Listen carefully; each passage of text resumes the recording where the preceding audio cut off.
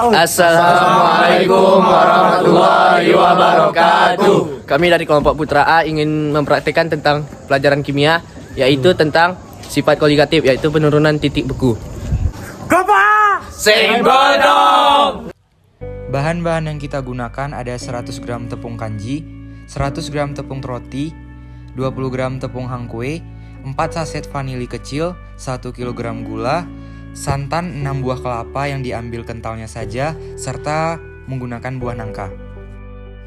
Langkah pembuatan yaitu dengan memasukkan ketiga bahan tepung ke dalam suatu wadah, kemudian ditambahkan secukupnya air, lalu adonan tadi direbus di dalam suatu panci hingga teksturnya mengental. Tambahkan 1 kg gula ke dalam adonan yang sudah sedikit mengental. Rebus hingga semua gula larut di dalam adonan tersebut.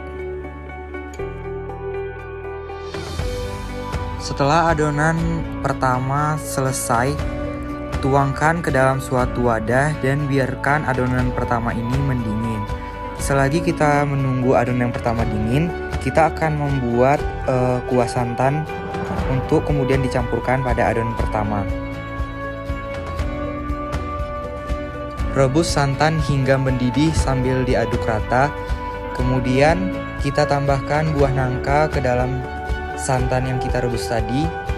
Lalu tunggu hingga mendidih.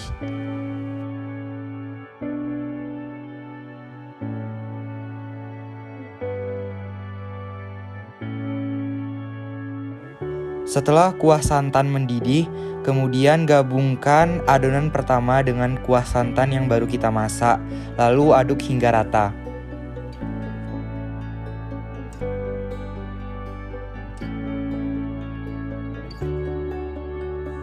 Tambahkan susu kental manis ke dalam adonan yang telah tercampur, lalu aduk hingga rata.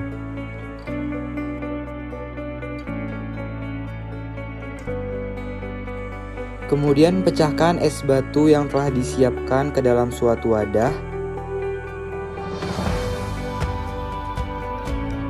Masukkan es batu yang telah dipecahkan ke dalam wadah besar untuk membuat es krim.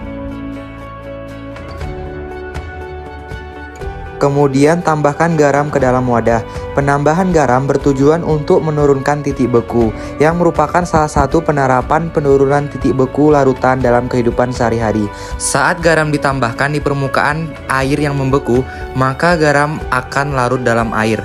Dengan adanya zat terlarut ini, menyebabkan pergerakan molekul pelarut air menjadi terbatas.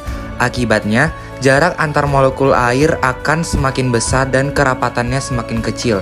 Oleh sebab itu, supaya air dapat membeku, maka diperlukan suhu yang lebih rendah agar jarak antara molekul air saling berdekatan. Jadi titik beku pelarut akan menurun lebih rendah dari air murni. Setelah adonan dimasukkan ke dalam wadah es krim, kemudian wadah es krim diputar. Setelah memutar wadah es krim kurang lebih 1 hingga 2 jam, akhirnya es pun jadi. Sekian dari praktikum kami. Wassalamualaikum warahmatullahi wabarakatuh.